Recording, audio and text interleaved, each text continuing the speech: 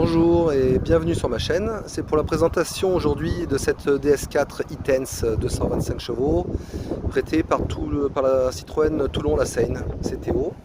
Merci à eux. Donc voici, c'est un véhicule hybride rechargeable, donc avec une batterie d'environ 13 kW.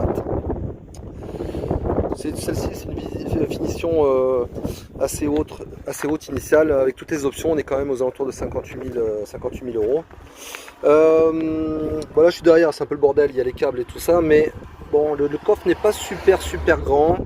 Il y a quand même des crochets d'arrimage. Là, il y a un double fond, mais voilà, là, il est... En fait, il y a le caisson de basse voilà, ce gros caisson de basse là qui empêche un peu de ranger des câbles. C'est un peu dommage. Surtout qu'il n'y a pas de coffre de frunk à l'avant, ça c'est un peu dommage. Bon, c'est subjectif, mais je trouve cette DS4, alors vraiment en plus dans cette couleur là, vraiment magnifique. Dommage qu'elle soit un petit peu sale, mais c'est un véhicule magnifique. Là, on a des jantes en option, là, il me semble que c'est du 19 ou plus 20 pouces. Elles sont vraiment très belles. C'est super beau, ouais, franchement, là, il y a les feux à LED matrice, wow, c'est terrible. Tour ouvrant aussi en option. Je vais me mettre derrière. Bon, là, c'est pas fou au niveau de la place. Bon, je suis à 1m82. On est pas mal, mais c'est un peu petit, ouais. Je suis à 1m82, mon siège pour moi est réglé là devant pour moi. J'ai les genoux et un peu les pieds, heureusement que je peux passer les pieds dessous. L'assise est pas mal, même plutôt c'est confortable, surtout dans cette option avec les sièges, enfin en tout cas devant, chauffant, massant et ventilé. Bon, petite option à 2000 balles je crois, ou 2200 balles. Le petit toit ouvrant, bon il n'est pas géant. Dommage que ça soit l'occultant ne soit pas électrique. Bon, sinon c'est beau, hein. La finition, alors on va passer devant.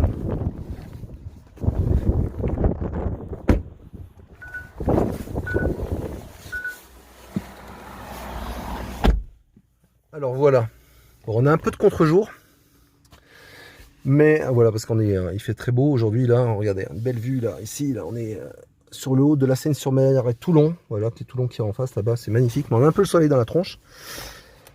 Toutefois, ce qu'on peut remarquer quand même, c'est la qualité quand même, franchement, des matériaux. Pour du Citroën, c'est assez bluffant. C'est vraiment de la belle qualité. Le système multimédia, alors moi je trouve, bon, ça a une grosse évolution par rapport au C4 ou même pour la DS3 e-Tense que j'ai essayé. Un peu compliqué, mais on va dire que dans l'ensemble il y a des trucs sympas. Vous voyez, ça glisse. Le tom-tom là, il est pas mal.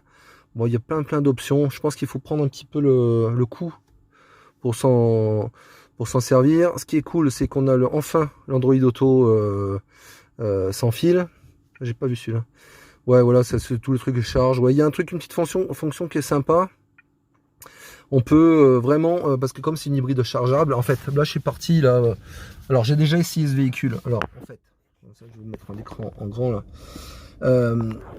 À cet endroit-là, en bas à gauche, on a la charge de batterie.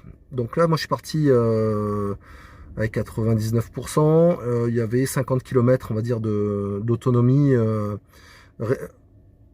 en fait estimée. Mais en fait, moi je l'ai déjà essayé. Cette voiture me l'a déjà prêté ce même modèle, hein, pas exactement la même finition, mais on me l'a prêté.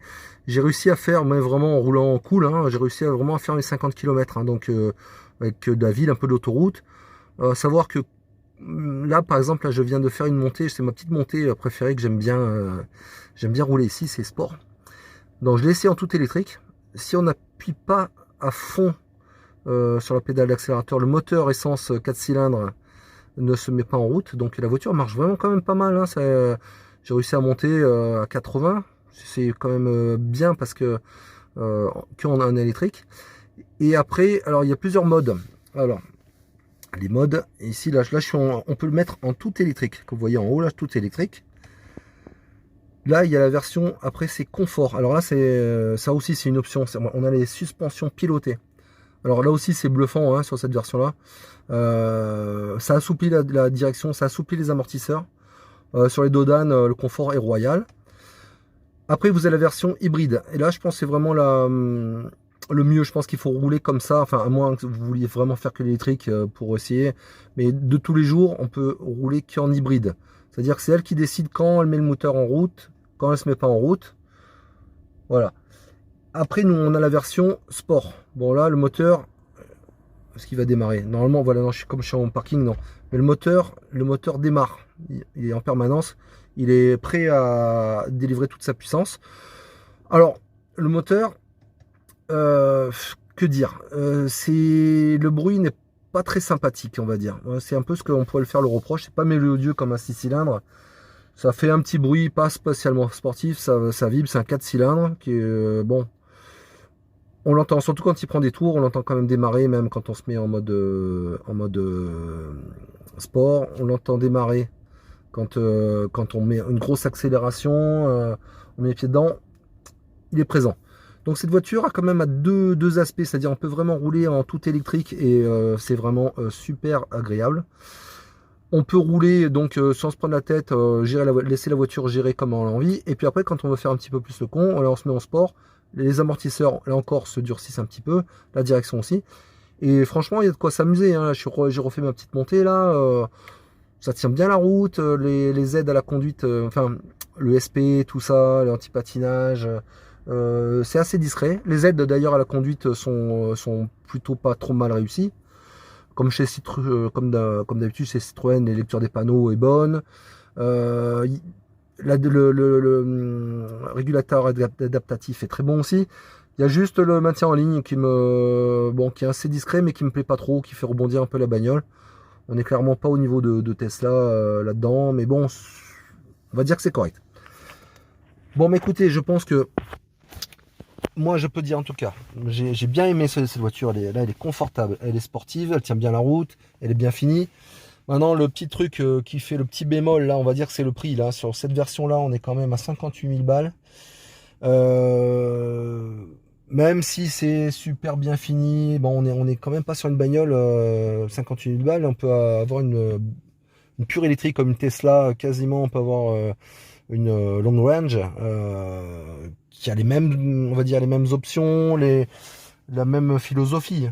On va dire même si c'est pas une hybride avec des performances. Par contre là, largement meilleur. Donc bon, c'est à voir. Par contre le style, personnellement, je préfère largement le style extérieur et intérieur de cette Citroën DS4 e-Tense qui est vraiment beau. Alors perso, même j'ai vu en concession, il y a une version avec les sièges performance, enfin finition performance line, et je trouve que c'est bien plus sportif et bien plus sympa. Voilà, bah écoutez, dites-moi ce que vous en pensez dans les commentaires. Et si la vidéo vous a plu et vous a aidé un peu à faire votre choix, pensez à vous abonner et mettre un petit pouce, ce serait gentil. Merci, à bientôt. Bon, j'avais oublié de vous parler un peu des tableaux d'affichage. Effectivement, je vous ai montré celui-ci, là, le principal. Pareil, l'écran, voilà, où il y a tout le multimédia, caméra de recul. Vous voyez, d'ailleurs, la caméra est vraiment de belle qualité. Et j'ai oublié de vous dire, il y a un affichage tête haute, je ne sais pas si vous arrivez à le voir, qui est projeté dans le pare-brise, qui est très bien. J'ai oublié de vous dire, sur mon petit parcours que je viens de faire, là, pour la consommation. Alors, ça se voit en fait dans l'affichage tête haute. Là, j'ai fait 5,7 litres de consommation. Mais sur un parcours un peu plus grand que j'ai fait avec ce véhicule, j'avais réussi à faire descendre en dessous des 5 litres. Et à faire 50 km en tout électrique. Donc, c'est pour un véhicule de 225 chevaux, c'est vraiment pas mal. Voilà, et bien écoutez, à bientôt.